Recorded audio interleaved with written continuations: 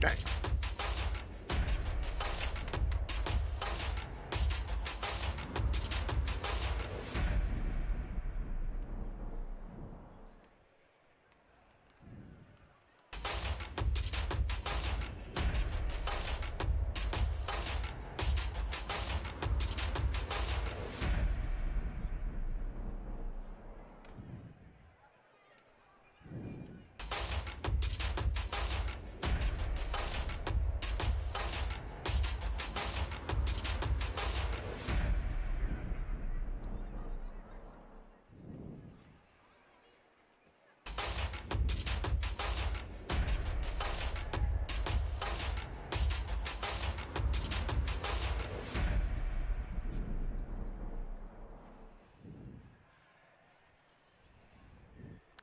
Welcome to POSTCAST. After the Utah Jazz fall to the Indiana Pacers, allowing 121 points to the Pacers for the third straight time, which begs the question, why do the Pacers have the Jazz number? We'll try to figure it out when we continue on POSTCAST. David Locke along with Ron Boone. POSTCAST is brought to you by The Store at 6200 South, 20th East. If you're late on your Thanksgiving stuff, if you didn't go to the store already, you're in trouble. But you might bail yourself out, cake the floors, whatever it might be. They're located 6200 South, 20th East, down at the Gateway as well, and at the new store at 900 South, 100 West on the mini store over there. All right, Ron Boone, I usually let you try to go first. Let me try to ask you a question. The Jazz got blown out by the Pacers 3 times in a row now. The Jazz got smoked by them twice last year. Fine, Donovan didn't play once, and they got smoked again tonight. This game was not close by halftime, and a 10-point deficit at halftime felt like more because it was a slow-paced game and they were hammering them, and they kept hammering them all night. What is why do the Jazz struggle with the Pacers? So if I was to answer a question with a question, that would put it back on you, because the defense of the Indiana Pacers obviously has given the Jazz just a ton of problems. They were switching 1 through 5 there for a little bit. Then they changed that up, and Sabonis was just a beast down there as far as the Jazz are concerned. That has nothing to do with the three ball games, but it has a lot to do with the fact that the Jazz have had problems scoring against the Pacers. Is it the Pacers' defense? Is it the slow pace? It's just hard to say. Again, I just didn't like the way the Jazz attacked the Pacers, or defended the Pacers anyway tonight, which is something that I rarely see. Jazz, we don't have it officially, but I think the Jazz allowed about 1.4 points per possession in the second half of the game tonight. I mean, that, for a team that usually we talk about holding someone under a point of possession, they allowed about 1.4. I mean, they got torched defensively tonight. What was going on? Well, it's that high pick in the middle of the floor really gave the Jazz problem. It's been a problem for the Jazz all year long, especially when you have a pick and pop player. But we didn't see that tonight. We didn't see Turner pop but one time. We didn't see Sabonis pick and pop. What we saw was a steady diet of rolling to the basket, and then the rescreens to the point where they could get what they wanted there in the paint. They stayed home on the corner threes. Didn't see a lot of those tonight because of that, and it was just awfully tough for the Jazz to handle that. The Jazz are going to have to correct that because I think that's a part of the of the defense of the Jazz defense anyway that's giving them problems. Offensively, in the first half, it really just felt like the Jazz missed a bunch of shots. The Jazz in the first half tonight, I think, went 2 of 16 from 3. They were 2 of 11, or 3 of 17, yeah. 2 of 11 on catch and shoots, and you thought that was the problem. The offense had a really, really good third quarter. They scored 37 points, and they allowed 36. I mean, it was as though they did what they needed to do offensively, and the defense could not follow. We've talked about this all season long, and you have to be consistent for 4 quarters. You brought up many, many times when the Jazz ended up making a substitution, how much they lose. If you're going to, you don't mind losing a little bit, but they're losing too much, and to the point where it's putting those starters, and then that the offense that you talk about is so good, is putting them in a situation where they're sometimes they have to play catch up.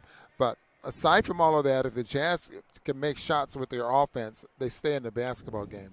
As you mentioned, that first quarter was not good at all. On the lineup issue, it's worth looking into whether they're putting Donovan in that second unit to give them a spark, to give them a score. I don't feel like Donovan's having any impact in that group. And so that group's not successful, and it's almost, I don't want to call it wasted minutes from Donovan, but if I've only got 32 a night out of Donovan, I'm not sure that's where I want him. I don't know what else I'm doing there. I don't have that answer.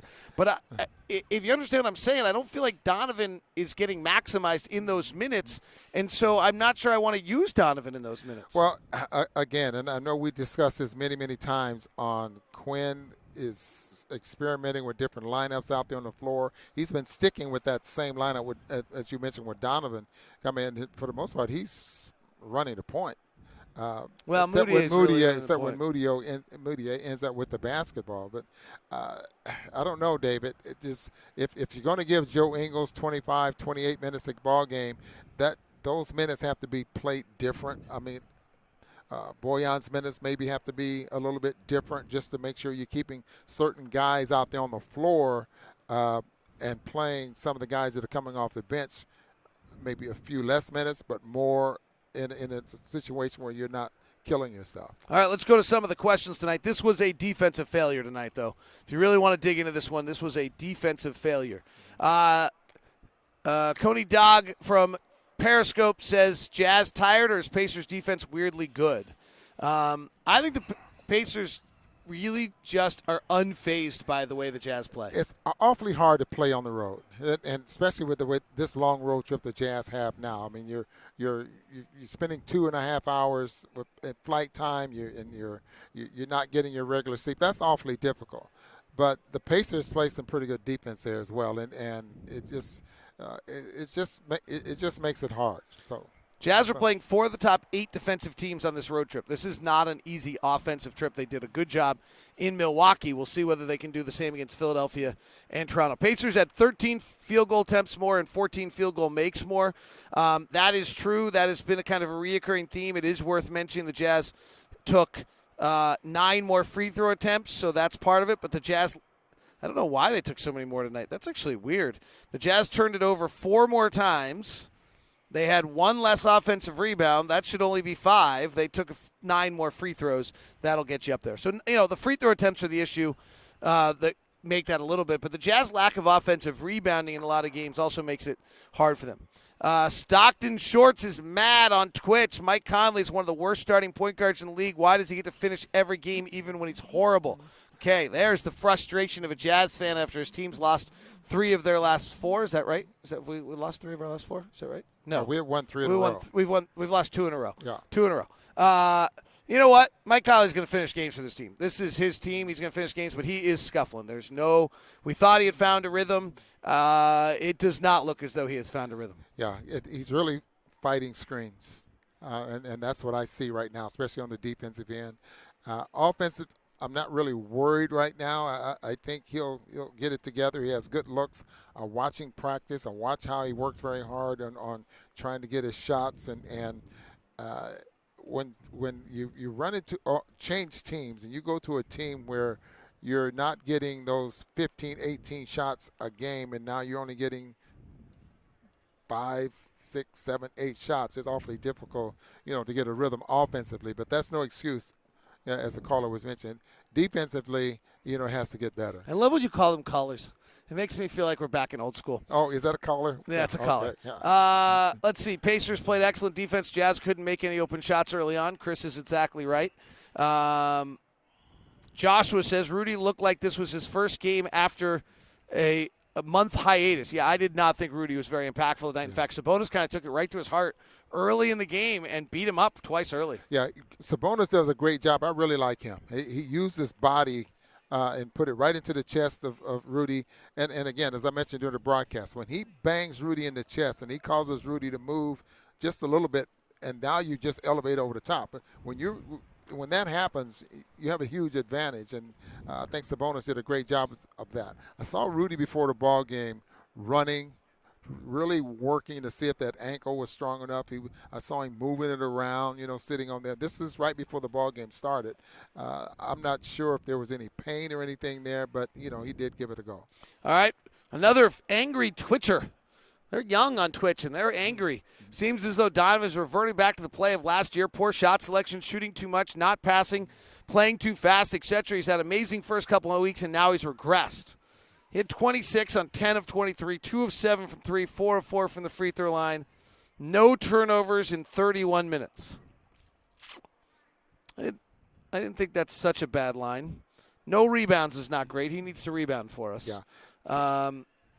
I didn't think Donovan had a very good first half. He went 2 of 10, and you had a thought on that that I thought was really good as we opened the second half. What was the adjustment he made first half to second half? Well, he started pulling up and shooting the mid-range shot instead of forcing into the, getting too close to the basket. I like Donovan when and I didn't have a problem with the way he played tonight, except for going into traffic a little bit too much. That spectacular or that ESPN type shot that we'll play over and over, low percentage shot is not good. And sometimes he gets caught up doing that instead of taking what's there. I mean, every defense is going to give you something. And whatever they give you, as athletic and as good as he is, he can take a lot. He can really take advantage of that. All right. Final one. Greg says, I'm thankful for the Locked On Podcast Network. Thanks, guys. Thanks, Greg. We're thankful for you. Have a happy Thanksgiving. Disappointing game for the Jazz tonight. We'll see how they bounce back as we head to Memphis. Have a great Thanksgiving. We'll be back with you Friday. Thank you very much.